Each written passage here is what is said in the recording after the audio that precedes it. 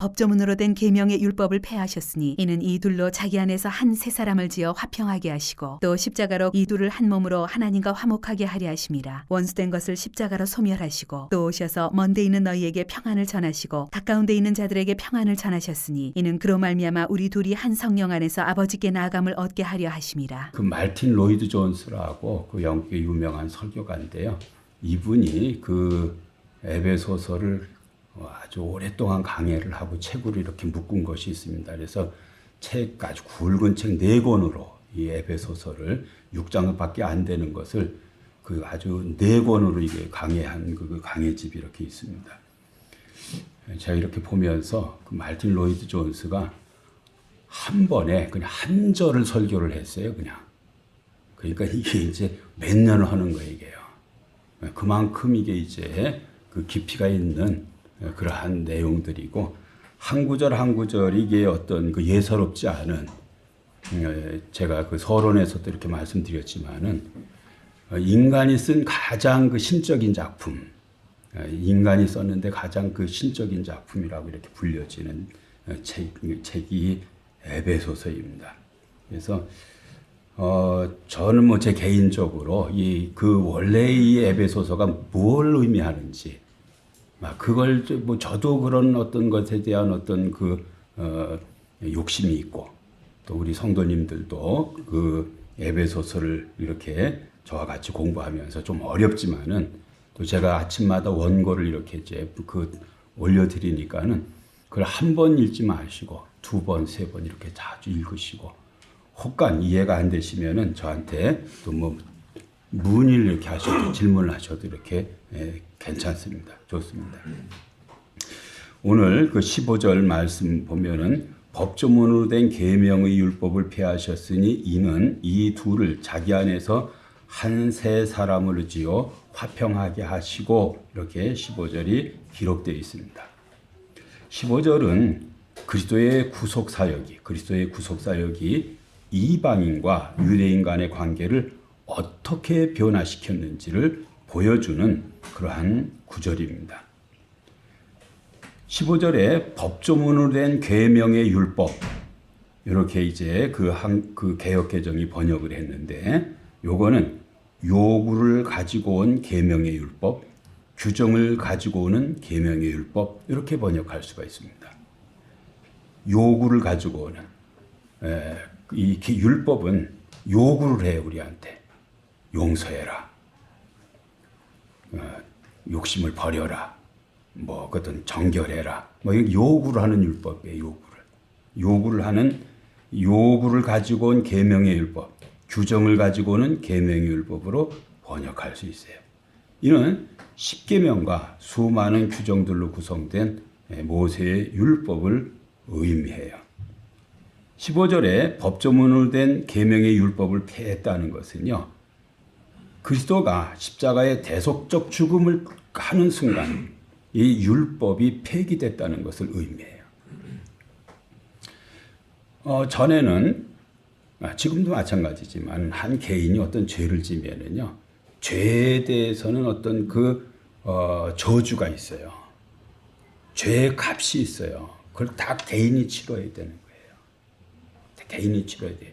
이 개인이 못 치르니까는 이것을 남이 대신 치러주는, 이게 이제 기독교의 그 구원론인데요. 이걸 누구한테 전가시켰느냐면은 양, 염소, 소, 비둘기한테 다 전가시켜가지고 그걸 잡아들였어요. 그래서 성전에서 지속적인 어떤 그런 제사가 진행된 이유가 뭐냐면은 인간이 지속적으로 죄를 짓기 때문에 그런 거예요. 지속적으로 죄를 지으니까는 이 제사가 반복되는 거예요. 반복돼야 되는 거예요. 그런데 예수님께서 과거, 현재, 미래의 모든 인류가 가지고 있는 죄를 자기가 다 짊어지시고 십자가에서 죽으셨어요. 그래서 이 값을 다 치르셨어요. 그래서 이 값을 치른 것이 나를 위한 것이라고 믿는 모든 사람들에게는 더 이상 제사가 필요치 않게, 예수님이 단번에 제사를 드려서 율법의 저주에서 우리를 완전히 속량을 시켰어요. 속량을 시켰어요. 그래서 갈라디아서 3장 13절에 보면은 그리스도께서 우리를 위하여 저주를 받은 바 되사 율법의 저주에서 우리를 속량하셨으니 기록된 바 나무에 달린 자마다 저주 아래 있는 자라 하였음이니라 그랬습니다. 예수님이 십자가에 달렸는데 이 구약 성도들은 나무에 달린 사람들은 다 저주 받았다 이런 어떤 그런 것의 상징으로 생각을 했는데 예수님이 나무에 달렸어요. 저주를 받은 거예요. 왜 받았는가? 우리를 속량하려고.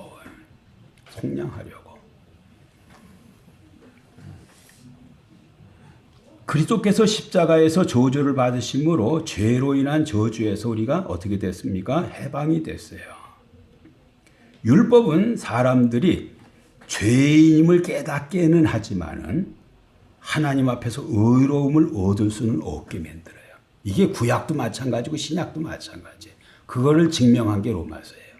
구약 성도들은 율법을 지켜서 구원받고 아니에요. 구약도 율법을 지켜서 아니에요. 제사 때문에 양, 염소, 어떤 소가 죽었기 때문에 구원받는 거예요. 네? 그 사람들도 마찬가지예요. 율법은 뭐냐면 죄를 가르쳐줘요. 죄를 깨닫게 해요. 이런 걸 네가 범한 거다. 이걸 알려주는 거예요. 그래서 로마서 3장 20절에 보면 그러므로 율법의 행위로 그의 앞에 의롭다 하심을 얻을 육체가 없나니 율법으로는 죄를 깨달음이니라 그랬습니다. 율법의 행위로는 의롭다 하심을 얻을 육체가 없다 그랬습니다. 많은 율법 중에서 하나라도 범하면 그게 죄인인 거예요. 근데 이걸 우리가 다 지킨다고요? 평생 다 아무 흠 없이 산다고요? 절대 불가능해요. 그래서 율법은 네가 죄인이라는 걸 알려주는 거예요. 그럼 어떻게 하라는 거예요? 십자가를 의지하라는 거예요. 십자가를 받아들이라는 거예요. 십자가를 믿으라는 거예요. 그러면은 구원을 받는다는 거예요. 그래서 율법은 죄에 대해서 속죄할 능력이 없어요. 그래서 율법은 죄의 용서를 위해서 반복적 제사를 요구해요. 반복적 제사를 요구하는데 그리스도께서 자신을 제물로 단번에 드려서 구약의 모든 제사를 완성하시고 폐해버리셨어요. 그래서 반복적 제사가 필요 없게 됐어요. 이것이 법조문으로 된 계명을 폐하였다는 그러한 말이에요. 히브리서 7장 27절에 보면은 저가 저 대사장들이 먼저 자기 죄를 위하여 다음에 백성의 죄를 위하여 날마다 제사 드리는 것과 같이 할 필요가 없으니 이는 저가 단번에 자기를 드려 이루셨음이니라 그랬습니다. 대제사장이요 먼저 하나님 앞에 나가기 위해서 자기 죄를 위해서 제사를 먼저 드려요. 그래서 자기 용서를 받고 누굴 위해서 이제는 제사를 드려요? 백성을 위해서 드려요. 백성을 위해서 드려요. 예? 근데 이렇게 할 필요가 없다 그랬어요. 왜 그랬어요? 대제사장이신 예수께서 제사장이실 뿐 아니라 제물이 되어서 자기를 완전히 드려 모든 구원을 이루셨기 때문에 더 이상 반복적 제사가 필요 없어요. 그래서 옛날에는요, 우리 장로님들이 이걸 제단이라고 해서 제단은 없습니다. 왜 없어요? 예수님이 끝을 냈어요. 더 이상 제사 드릴 필요가 없는 거예요. 이건 강단이에요. 강단. 설교하는 강단이에요. 제단이 아니에요. 무슨 제단 쌓는다 막 이런 말 하죠. 그거는 기독교를 잘 모르는 거예요. 더 이상 제단을 쌓을 필요가 없어요. 예수님이 단번에 다 이루셨어요. 반복적 제사가 필요 없어요. 그래서 다 폐하신 거예요. 15절에 보면은 이는 그랬어요. 왜 이런 걸 폐했나? 폐한 이유가 있어요. 이는 이 둘로 자기 안에서 한 새 사람을 짓기 위해서예요. 예? 왜 그랬나? 이 둘로 자기 안에서 한 새 사람을 지어 그랬어요. 한글 성경은 이런 것들이 이렇게 아주 이렇게 뭔가 이렇게 밋밋하게 쑥 지나가요. 그리고 우리가 읽을 때도 밋밋하게 쑥 지나가는 게 있어요. 어떤 단어인가? 새 사람이라는 말도 그렇고요. 지어라는 말도 그래요. 지어라는 말은요, 창조하다, create 그런 말이에요. 창조하다. 그리스도의 대속적 죽음으로 법조문으로 된 계명을 폐지하셨어요. 폐지하셨는데 왜 폐지하셨는가? 왜 폐지하셨는가? 이는 둘로 자기 안에서 새 사람을 창조하시기 위해서예요. 한 새 사람을 창조하시기 위해서. 14절에 보면은요, 지금은 15절이죠. 14절에 보면은 그는 우리의 화평이신지라 둘로 하나를 만드사라는 말이 있어요. 만드사. 지어, 만드사 같은 말이에요.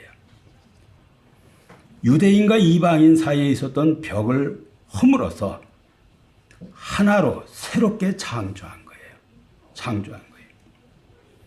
이것을 15절은 새 사람을 지어라고 말했어요. 새 사람을 지어. 요게 뭘까? 이 하나님이 지은 새 사람, 그 창조하신 새 사람. 요 사람들이 모여 있는 게 요게 교회예요. 요 교회예요. 교회는요, 이전에 있었던 사람들이 개혁을 좀 한 거 아니에요. 개혁을 한다 그러잖아요. 조금 바꾸자. 조금 어떤 뭔가 좀 바꾸자. 개혁. 변화를 좀 주자. 이런 거 아니에요. 완전한 새로운 창조예요. 뭐 유대교를 좀 바꿔가지고 막 이렇게 뭐 좀 하자. 그런 거 아니에요. 완전한 새로운 창조예요. 그리스도의 구속사역은 죄악된 인간을 약간 향상시킨 정도가 아니에요. 어떻게 한 거예요? 새롭게 창조한 거예요. 누구든지 그리스도 안에 있으면은 새로운 피조물이라. 새로운 피조물, 새롭게 창조. 하나님이 교회는요, 하나님이 그 창조한 어떤 그 뉴 크리에이션, 새로운 창조물이에요. 교회, 이게 바울이 말하는 교회론이에요. 교회 뭐냐?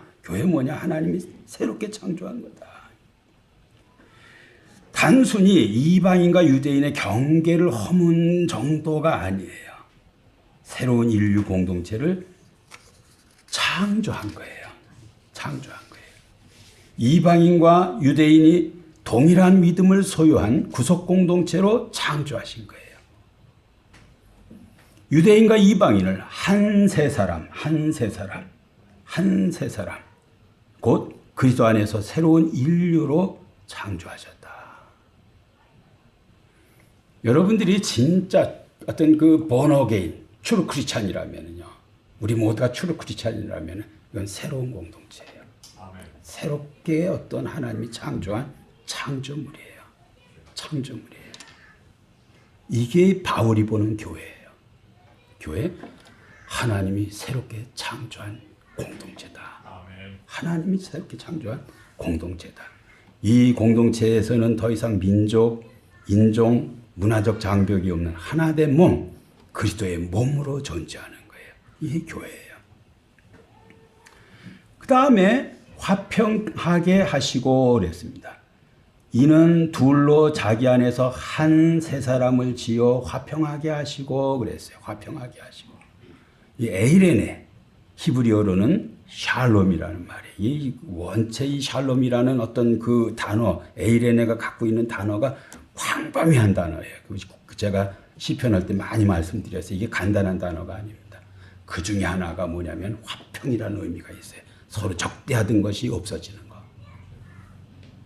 그래서 에이레네, 이 샬롬을 우리 개역개정 번역자들은 화평이라는 단어를 썼어요. 이게 14절에도 한 번 나오고 15절에도 한 번 나오고 17절에 두 번이나 나와요. 4번 나와요, 이게요. 4번 나와요.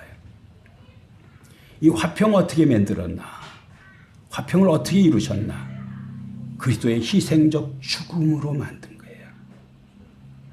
희생적 죽음으로.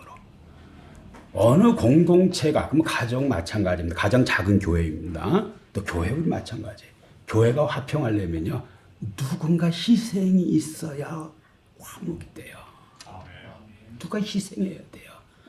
좀 심하게 말하면 누가 좀 죽어야 돼요. 죽어야 화평이 일어나요. 예수님이 그렇게 하신 거예요. 죽어서 화평을 이룬 거예요. 죽어서 화평을 이룬 거예요. 그리고 이 화평케 하는 직분을 우리에게 주셨어요. 우리도 화평케 하라고. 이게 교회입니다. 이게 교회입니다. 고린도 후서 5장 18절에서 19절에 보면은 모든 것이 하나님께로서 났으며 그가 그리스도로 말미암아 우리를 자기와 화목하게 하시고 또 우리에게 화목케 하는 직분을 주셨으니 곧 하나님께서 그리스도 안에 계시사 세상을 자기와 화목하게 하시고 그들의 죄를 그들에게 돌리지 아니하시고 화목하게 하는 말씀을 우리에게 부탁하셨느니라 그랬습니다. 우리를 자기와 화목하게 하셨다. 화목하게 하는 직분을 주셨다. 화목하게 하는 말씀을 부탁했다. 제가 여러 번 말씀드렸어요. 제가 다시 어떤 분쟁이 일어나면 저는 어떻게 할까? 그냥 다 당해버린다. 안 싸운다. 화평이 깨지면요. 그 다음부터 하나님의 은혜가 떠나가 버려. 화목이 깨진 집안에서는 아무 일도 안 일어나요. 좋은 일이 일어날 수가 없어요. 예수님같이 내가 희생하고 내가 손해보고 내가 양보하고 내가 죽고 이런 데서 부활의 역사가 일어나고 그리스도의 역사가 일어나는 거죠. 빽빽이 서서 하나도 양보하지 않고 희생하지 않고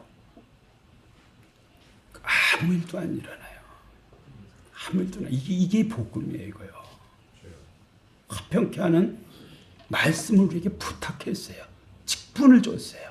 우리를 화목케 하셨어요. 명심하셔야 돼요. 제가 이 예화를 읽다가 참 마음에 많은 감동도 오고요. 눈시울 뜨거워지기도 하고 참 이런 아름다운 일이 한국교회사에 있었구나 하는 것을 제가 이렇게 설교 준비하면서 많이 생각했어요. 제가 지난번에 이상욱 박사님하고 여기 한번 가볼까 하다가 일정이 안 돼서 못 가봤는데 다음에는 꼭 한번 가보려고 하는데요. 김제 금산교회 이야기예요. 혹시 아시는지 모르겠는데 제가 한번 유튜브에서 따온 글을 한번 읽어드릴 테니까 한번 보세요. 김제 금산교회 이야기. 그 기역자교회라 그래요. 기역자교회. 왜 기역자냐면요. 옛날에 남녀가 서로 얼굴 보면 안 돼가지고 기역자 구퉁이에 목회자가 서고 이쪽은 여자 이쪽은 남자 이렇게. 그 기역자교회라. 금산교회라고. 근데 이제 이 교회의 이야기예요. 이런 아름다운 이야기가 한국교회사에 있어요. 자, 들어보세요. 이자익은 가난한 고아요 머슴이었습니다. 그는 1882년 경남 남해의 가난한 농가에서 태어났습니다. 어린 나이에 부모를 잃고 친척집을 떠돌며 행상으로 근근히 살아가던 떠돌이 소년이었습니다. 그가 인생 역전의 동반자인 전북 김제의 대지주 조덕삼 씨를 만난 것은 17세 되던 해였습니다. 조 씨는 자기 집에서 마부로 일하며 틈틈이 어깨너머로 한글과 한자 공부를 하는 이 씨의 성실함을 눈여겨봤습니다. 이들 사이의 인연이 더욱 끈끈해진 것은 미국 남장로교 최의덕, 루이스 보이드 타텟 이걸 갖다가 이제 한국인 이름을 붙여서 최의덕이라는 그 선교사라고 이 한글 이름을 붙여준 거예요. 선교사를 만나서부터입니다. 금산 마을에서 1905년 10월 11일 집주인인 조덕삼은 소학교도 변변히 다니지 못한 머슴 이자익과 한날 한시에 세례를 받고 같이 교회 장님 멤버가 되고 같이 교회를 세웠습니다. 2년 후 1907년 두 사람은 함께 교회의 영수로 임명되었고 오늘날로 말하면 안수 집사 정도 되는 거예요. 영수, 교회 지도자예요. 영수로 임명되었고 교회를 건축하고 난 다음해인 1909년 장로로 선출하는 투표를 실시하게 되었습니다. 그때 교인들과 마을 사람들은 당연히 조덕삼 영수가 먼저 장로가 되리라고 생각했습니다. 결과는 너무나 뜻밖이었습니다. 마을의 지주였던 조덕삼 영수를 제치고 이자익 영수가 장로가 된 것입니다. 반상의 신분을 철저히 따지던 시대의 충격적인 사건이 아닐 수 없었습니다. 여기저기서 수군거리는 소리가 날 것은 뻔했습니다. 이에 조덕삼 영수는 그 자리에서 발언권을 얻어 교인들에게 인사를 하였습니다. 이 결정은 하나님이 내리신 결정입니다. 우리 금산교회 교인들은 참으로 훌륭한 일을 해냈습니다. 저희 집에서 일하고 있는 이자익 영수는 저보다 신앙의 열의가 대단합니다. 나는 하나님의 결정에 순종하고 이자익 장로를 받들어 열심히 교회를 섬기겠습니다. 이 말을 들은 금산교회 교인들은 조덕삼 영수에게 큰 박수를 보냈습니다. 실제로 조덕삼 영수는 약속대로 이자익 장로를 잘 섬겼습니다. 당시는 교역자들이 부족한 때라 이자익 장로가 예배를 인도하고 설교하는 일이 많았습니다. 그때에도 조덕삼 장로는 앞자리에 앉아 겸손하게 예배하며 이자익 장로의 설교에 집중하였습니다. 집에 돌아와서는 주인과 종의 관계로, 교회에 가서는 반대로 장로와 영수의 관계로 서로를 향한 자신들의 직분에 충성하였습니다. 교인들뿐 아니라 마을 사람들은 조덕삼 장로의 이러한 모습에 찬사를 아끼지 않았습니다. 조덕삼은 자기보다 9살이나 어리고 자기 집의 종인 이자익이 평양신학교를 졸업하고 1915년 금산교회의 담임 목사로 부임에 내려왔을 때에도 그를 목사로 정중히 모셨습니다. 물론 이자익 목사가 신학을 마칠 수 있도록 배려하고 물질적으로 도운 것은 조덕삼 장로였습니다. 이 조덕삼 장로가 바로 주일대사와 국회 부의장을 지낸 조세영 장로의 할아버지입니다. 이게 이런 공동체가 새롭게 창조된 공동체이거든요. 아까 말했죠. 한 세 사람, 그리스도 안에서 새로운 인류. 이 양반 그 쌍놈들이 이렇게 어떤 그 존재하던 시대에, 그러니까는 그 이자익이 훌륭하다는 말 하는 거 아니잖아요. 이거 누가 훌륭한 거예요? 조덕삼 장로가 훌륭하다. 왕장은 그러신 거예요. 그러니까 그 손자 중에 국회 부의장도, 국회의장도 나오라는 거예요.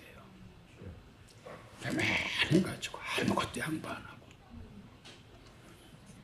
이경우 목사님이 그 목회를 하는데 장로 투표란 거예요. 네. 원로 장로의 아들이 떨어졌어요. 그럼 그걸 받아들이고 조금 개선해서 다음에 투표해가지고 장로되면 얼마나 보기가 좋아요. 근데 장로 투표에 목사가 협조를 안 해서 떨어졌다 그래가지고 그 장로가 목사를 고발을 노예에다 했는데 29가지 건을 만들어서 고발을 했어요. 심지어 어떤 것도 고발했냐면은 구역예배 이름을 둥지라고 붙였는데 둥지라고 붙였다고 고발을 했어요. 둥지라고 붙였다고.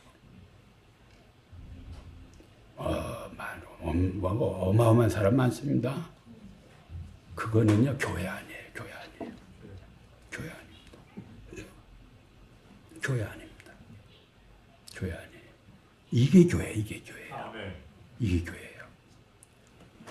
홍정길 목사님이 목회할 때에 이분도 독특한 사람이에요. 교회에 그 사찰 집사가 있는 거예요. 사찰 집사를 늘 형 그러는 거예요. 담임 목사가. 형님 그러는. 그럼 사찰 집사를 교인들이 무시해요, 안 무시해요? 못 무시하죠. 장로 투표를 했습니다. 누가 당첨되나? 그 사찰 집사가 장로 됐어요. 이거 뉴 크리에이션. 세상에 없는 그런 어떤 모습인 거예요, 이거요. 교회가요, 이런 걸 보여줘요. 이게 교회예요. 이게 교회예요. 다 경기고등학교 나온 사람 많고, 무슨 서울대학 나온 사람 실패하고, 그냥 기업체 장들 많고. 아니에요. 사찰 집사가 장로 되는 교회. 장로 되는 교회. 나이가 9살이나 적고 자기 집에서 마부하는 그 사람이 장로 됐는데 그걸 받아들이는 사람. 굉장한 믿음이게요. 속이 요만해가지고 자기한테 불편한 건 하나도 못 참아. 그래서 고발해버려. 그래가지고 목사님이 암에 걸렸어. 우리 집사람 죽었다 그러더니 나도 지금 암에 걸려가지고 병원에 있다 그러더라고. 연락을 했더니. 진짜 괴물 같은 사람 많습니다. 많습니다. 교회가 뭐냐? 이게 교회예요. 이게 교회예요. 금산교회 같은. 이게 그러니까는 사람들이 누굴 자꾸 목사 훌륭하다고 지금 말하는 거에 장로 훌륭하다는 말하는 게 지금요. 장로가 훌륭하다는 거죠. 이런 장로가 훌륭하다는 거예요. 장로. 마틴 로이드 존스가 이런 말을 했습니다. 그리스도께서 화평을 이루는 방식이 교회를 생성하고 교회를 존재케 한다 그랬어요.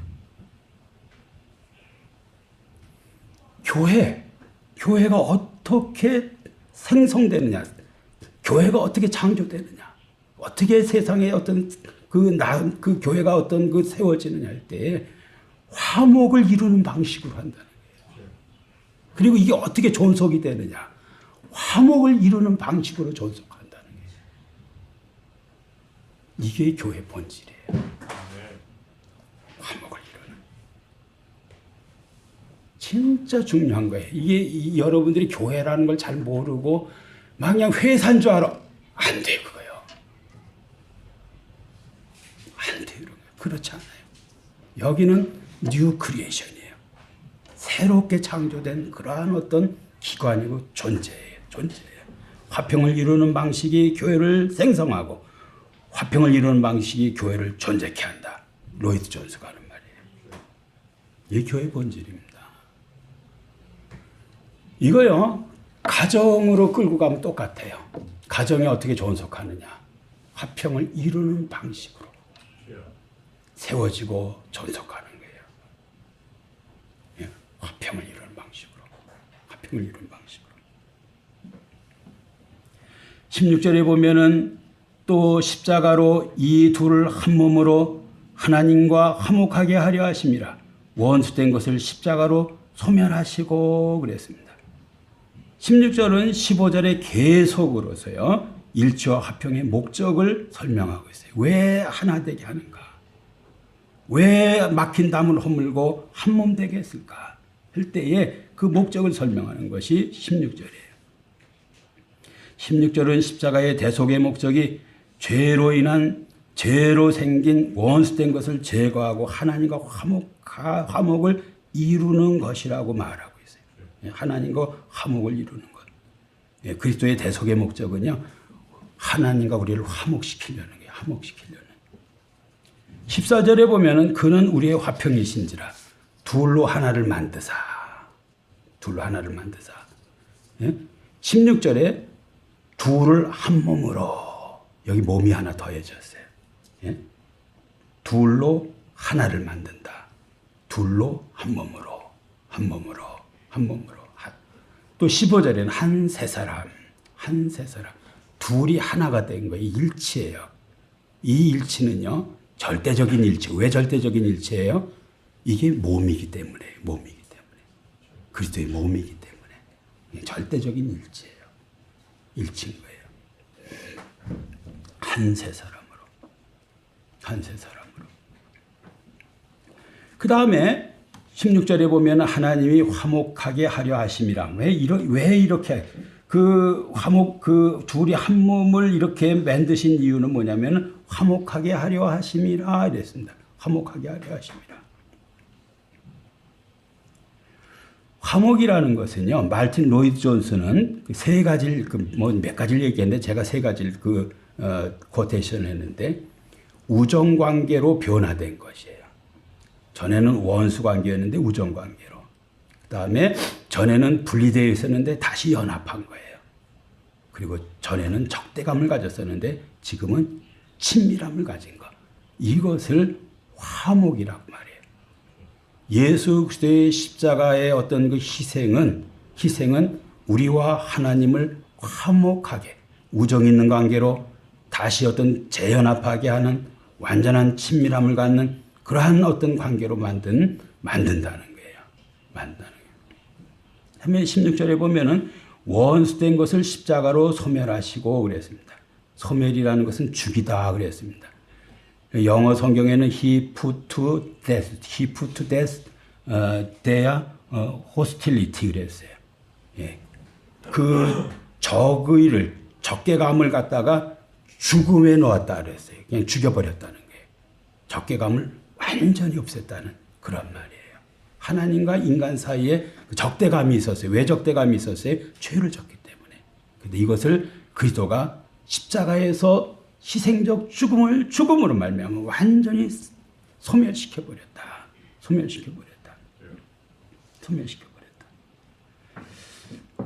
여기에 이제 그 바울의 또한 교회론이 하나 나오는데요. 뭐냐면은 소멸하시고와 화목해 하시고의 어떤 그 시차를 한번 생각해 보세요.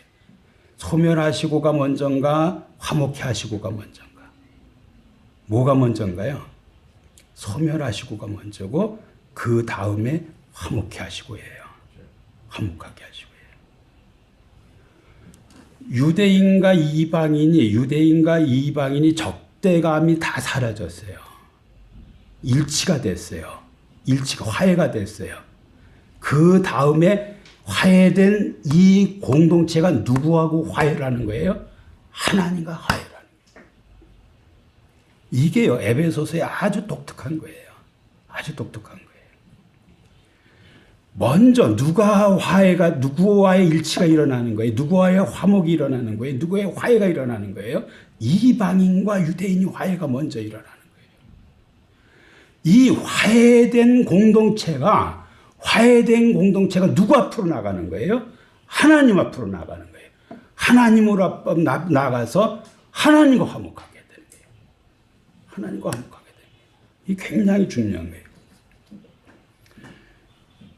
마태복음 5장 24절에 보면 이런 말이 있어요. 예물을 제단 앞에 두고 먼저 가서 형제와 화목하게 하고 그 후에 와서 예물을 드리라. 네. 인간관계에 문제가 생겨 있으면요, 뭐부터 하라고요? 그거 먼저 해결하고, 그리고 하나 돼서 둘이 같이 와서 예배 드려라. 비슷한 말이에요. 이방인과 유대인이 어떻게 해요? 적대감을 다 죽여버리고, 하나가 돼서 누구한테 오라고요? 하나님 앞에 오라는 거예요. 하나님 앞에 오라는 거예요.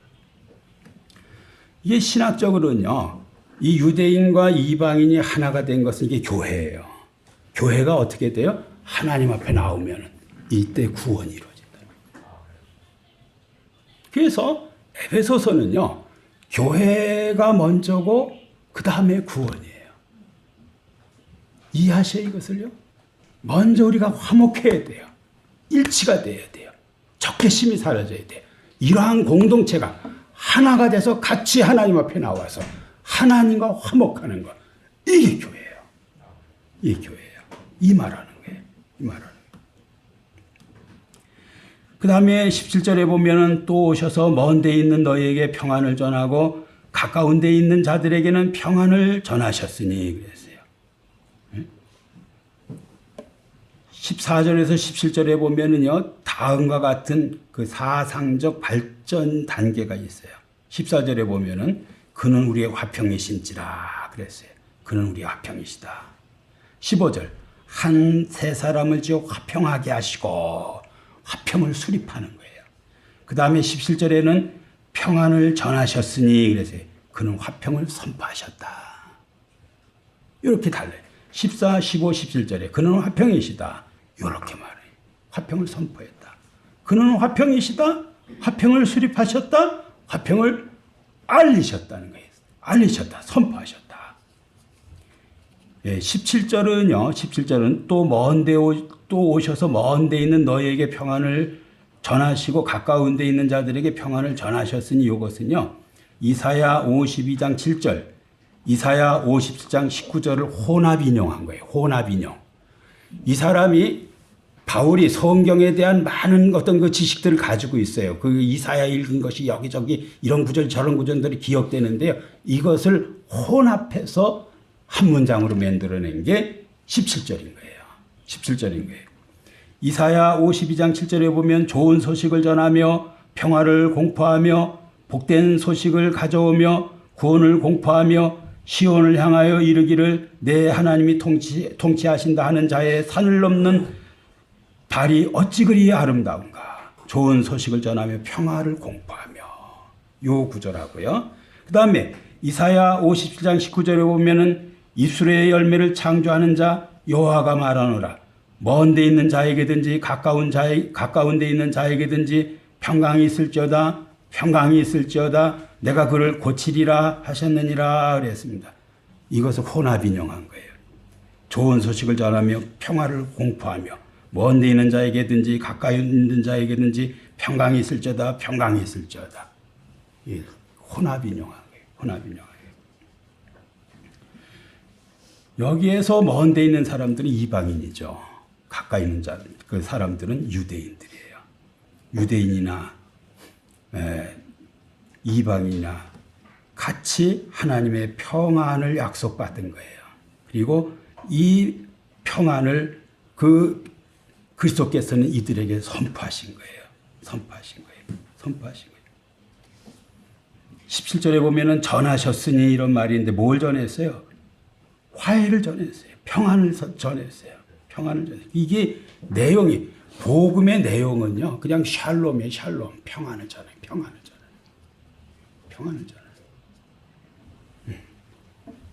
평안을 여러분에게 주님이 원하시는 것은 여러분이 평안하기를 원해요. 여러분 평안을 전한다. 평안을. 그다음에 18절에 보면은요. 이는 그로 말미암아 우리 둘이 한 성령 안에서 아버지께 나아감을 얻게 하려 하심이라 그랬습니다. 그로 말미암아, 그는 누구예요? 그리스도로 말미암아 우리는 하나님께 나아가는 길을 얻게 되었어요. 이 평범한 그 문장 같죠? 이게 평범한 문장이 아니에요. 이는 그로 말미암아 우리 둘이 한 성령 안에서 아버지께 나아감을 얻었다.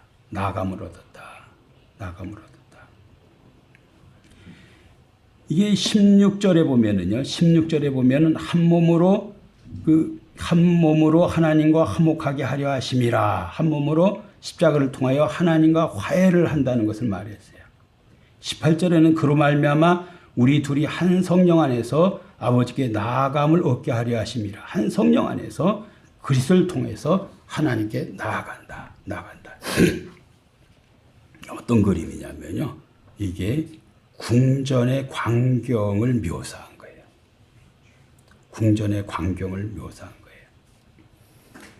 궁정에 누가 있어요? 왕이 있어요. 누가 왕이에요? 하나님이 왕이에요. 지금 하나님에게 나아가는 거잖아요.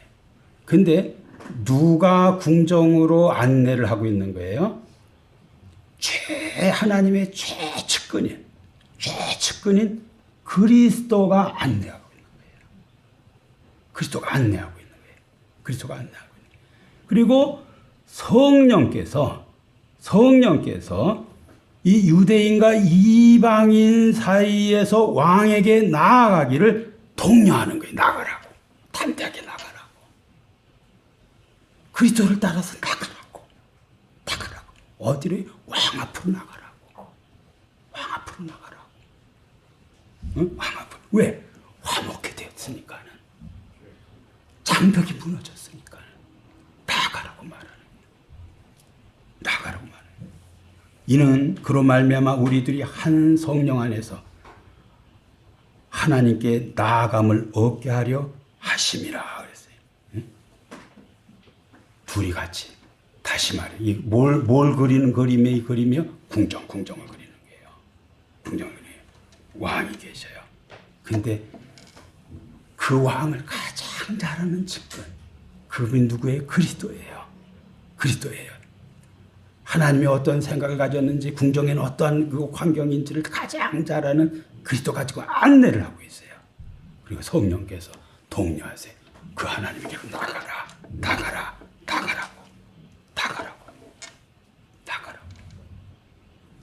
교회가 이게 교회예요. 여러분이 지금 교회 예배를 드리러 나온 게 바로 왕 앞에 나오는 거예요. 그리스도에게로 그리스도의 안내를 받아 성령의 어떤 동료를 받아서 왕이신 하나님께로 나아가게 된 거예요. 나아감을 얻게 됐어요. 나아감을 얻게 됐어요. 얻게 됐어요. 이거 구원이에요. 이 구원이에요. 나아감을 얻게 됐어요. 나아감을 얻게 됐어요. 여기에 보면은 한 성령 안에서라는 말이 있어요. 한 성령 안에서, 한 성령 안에서. 이 한 성령 안에서는요, 애니 푸뉴마타이 이렇게 이제 헬라어로 되어 있는데 이것은요, 푸뉴마라는 말 자체가요, 그냥 하나의 영의 스피릿이에요, 스피릿. 대문자로 쓰면 홀리 스피릿이고요, 소문자로 쓰면 인간의 스피릿이에요. 많은 주석가들은 주류가, 다수가 대문자로 생각해 이것을요. 성령, 아까 제가 성령이라고 말했잖아요. 성령이 막 동요를 한다고. 그런 것도 하나의 어떤 그 해석이 가능해요. 우리가 성령의 동요를 받아서 유대인이나 이방인이 하나가 돼서 어디로 나가는 거예요? 하나님께로 나가는 거예요. 하나님께로 나가는 거예요. 이렇게도 생각할 수가 있어요. 또 그 다음에 스몰 스피릿으로 생각도 할 수 있어요. 한 정신을 가진 사람들이 나가는 거예요. 완 스피릿. 우리 그 한미연합 훈련을 팀 스피릿이라 그랬잖아요. 같은 정신을 가지고 싸운다는 거예요. 한 성령으로 연결된 사람이 손 붙잡고 어떻게 나가는 거예요? 하나님에게 나가는 거예요. 성령으로 거듭나서 새로워진 그 사람들의 마음이 하나가 돼서 하나님께 나가는 거. 이게 이 말하고 똑같은 말이에요. 두 개가 다 가능한 거예요. 이는 그로 말미암아 우리들이 한 성령 안에서 아버지께 나아감을 얻게 하려 하심이라 그랬어요. 하나님이 왕에게 나간다. 왕에게 나간다. 한 성령 안에서 하나님께 나가게 된다. 성령은요, 그리스도의 구속을 신자에게 적용을 시켜요. 제가 데릭 프린스의 디바인 익스체인지에 대해서 말씀드렸어요. 용서, 치유, 부요, 축복, 의로움, 새 생명, 이런 많은 하나님의 은총들이 십자가에서 이루어졌는데 이것을 내 것으로 만드는 그 역할을 하는 분이 성령이 하는 거예요. 그의 부요가 나의 부요로 만드는, 이걸 적용한다. 이게 성령이 하는 거예요. 성령이 하는 거예요. 여러분이 어떤 말씀을 혹은 어떤 그 하나님의 은혜를 경험하려면 이 성령의 역사가 있어야 돼요. 그거 하는 게 뭐예요? 성령이 하는 거예요. 성령이 하는 거예요. 응? 그리스도의 구속을 신자에게 적용을 시켜요. 그리고 구원을 확신하게 만들어요. 그리고 담대하게 하나님 앞에 나아가게 해요. 그리고 구속의 열매를 경험하게 만들어요. 뭐가요? 성령이 한다. 성령이 만든다. 다시 한번 말씀드리면 에베소서는 먼저 교회를 만들어요. 이 교회가 이 교회 안에서 인간을 하나 되게 먼저 만들어요. 하나된 교회가 하나된 교회를 그리스도가 하나님과 화해시켜요. 그리스도가 안내해서 하나님 앞에 데리고 나가서 화목시켜요. 하나가 되게 만들어요. 하나님과 화해를 시켜요. 하나님과 평화를 가져오게 만들어요. 하나님과 특별한 관계를 갖게 만들어요. 각 하나님으로부터의 어떤 각양의 좋은 것들을 다 받아 누리게 만들어요. 뭐가요? 성령이 그렇게 하는 거예요. 로마서의 어떤 그 교회론과 구원론은 먼저 각 사람이 다 구원을 더 먼저 받아요. 그리고 구원받은 사람들이 뭐예요? 근데 이런 식으로 교회가 돼요. 근데 에베소서는요, 먼저 교회가 뭐예요? 그리고 하나님께 나가서 구원을 받아요. 같이 모여 나가서 구원을 받아요. 이게 교회예요. 우리가 다 그리스도 안에서 한 마음으로, 한 성령으로 다 손잡고 하나님 앞에 나가서 우리 단체가 하나님과 화목하게 화해하는 거예요. 이게 구원인 거예요. 개인이 가는 게 아니라 교회가 가는 거예요. 아멘. 교회가 가는 거예요. 교회가 가는 거예요. 아버지께 나아감을 얻게 하려 하신다. 예, 에베소서 3장 12절에도 같은 비슷한 말이 있습니다. 우리가 그 안에서 그를 믿음으로 말미암아 담대함과 확신을 가지고 하나님께 나아감을 얻느니라. 3장 12절.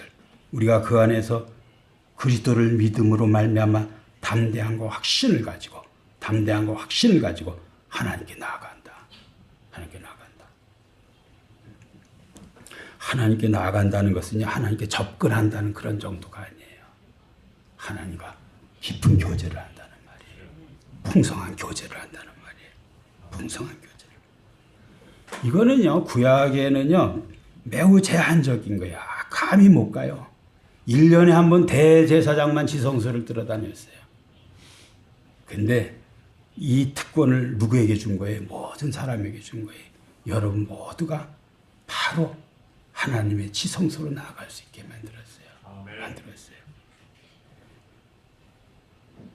그리스도와 성령을 통해서 한 성령의 인도로, 한 성령의 충만함으로, 한 성령에 사로잡혀 하나님께 나아감을 얻게 되었고요.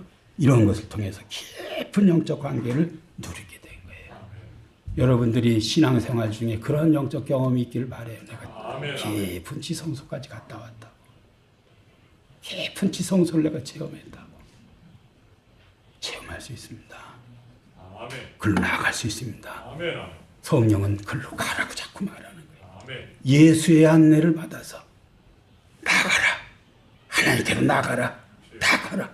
거기에 각양 좋은 것이 다 있다. 풍성한 은혜가 있다. 은총이 있다. 나가라고 독려하는 거예요. 독려하는 거예요. 이제 말씀을 마치려고 합니다. 15절에 보면 화평케 하시고 16절에는 화목케 하려 하심이라. 17절에는 평안을 전하시고 평안을 전하셨으니 이게 다 에이레네, 샬롬 같은 말들이에요. 반복하고 있어요. 이것은 우리에게 그리스도의 여러 성품 중에 우리가 그리스도에게서 예수님을 우리가 닮아야 되는데 뭘 닮을까 할 때에 최고의 성품이 화목이에요. 화목케 하는 피스메이커가 되는. 참 이거 하기 어렵습니다. 근데 우리가 예수님을 통해서 배워야 할 게 이 화목이에요. 저희 집 사람 칭찬할 게 굉장히 많지만은 그 중에 하나가 우리 집 사람이 그냥 그 화목케 하는 일을 엄청 잘하는 사람이에요. 저희 집 사람이 저희 집에서 그 동작동에서 시집살이를 그냥 매년 이렇게 했는데 우리 어머니가 그 며느리에 대한 이런 그 평가들이 엄청 박하잖아요. 근데 우리가 이제 영국 가려고 하는데 우리 어머니가 덕담 하나를 했어요. 뭘 했냐면 넌 어떻게 모든 사람을 다 이렇게 화목하게 만드느냐. 갈등 천진 집안에 들어와가지고 그걸 다 이렇게 그건 다 자기 희생에서 나오는 거예요. 다 자기 희생. 어떻게 이 복잡한 집안, 그냥 이권으로 다 어떤 갈등으로 점철되어 있는 이런 집안에 들어와가지고 그거 다 조용하게 다 만들어내는 거예요. 여러분이 그런 역할을 하길 바래요. 우리 교회에서요. 또 여러분의 가정에서 그런 역할을. 어떻게 이 복잡한 교회를 이렇게 또 그 복잡한 가정을 이렇게 어떤 평화롭게 만들어놨느냐. 우리가 배워야 될 거예요. 배워야 될 거예요. 주님이 우리에게 화목을 주셨듯이 우리도 어디를 가든지 화목의 사람으로 살아가야 돼요. 화목의 사람으로 살기 위해서 붙들어야 될 것이 십자가예요. 예수님의 화목의 정신을 붙잡아야 돼요. 예수님은 이를 위해서 세상에 오셨고 이를 십자가에서 성취하셨어요. 십자가를 붙든다는 것은 이러한 정신으로 다른 사람들을 본다는 거예요. 다른 사람들. 그리스도의 정신으로 상대방을 본다는 것은 내가 판단하는 사람을 그리스도께서 이미 용서하셨고 의롭게 받아주셨다는 것을 인정하는 거예요. 그리스도께서 옳다 인정하셨으니 우리는 정죄할 권리나 자격이 없다 이렇게 생각하고 남을 받아들이는 거예요. 화목이나 사랑은 상대방을 존중의 대상으로 보는 데서 시작이 된다. 우리가요 세속화가 돼가지고 막 금방 사람 구분 딱 해버려요. 공부를 했냐 안 했냐, 부자냐 아니냐, 뭐 높으냐 낮으냐 딱 구분해가 싹 다 무시하고 막 외면하고 막 아주 익숙해요 우리가요. 근데 그리스도의 정신은 그런 게 아니에요. 뉴 크리에이션. 교회는 그러한 장소가 아니라 신분, 고아 뭐 이런 거 다 아까 그 조덕삼 장로 말씀드렸잖아요. 그러한 면모를 보이는 거 교회입니다. 기도하겠습니다. 하나님 아버지, 오늘 에베소서를 통해서 교회가 어떠한 모습을 보여야 되는지에 대해서 우리에게 아버지 하나님 알려주시고 도전하시는 것을 진심으로 감사를 드립니다. 정말 우리가 화목해하는 직분을 이렇게 아버지 하나님이요 참 받았고 또 화목해하는 말씀을 부탁도 받았는데 그렇게 살지 못했던 거 용서해 주시기를 원하오며 남은 생에는 가정에 있든 교회에 있든 직장에 있든 화목해하는 역할을 감당하는 귀한 하나님의 종들 되게 해 주시옵소서. 감사드리며 예수님의 이름으로 기도하옵나이다. 아멘.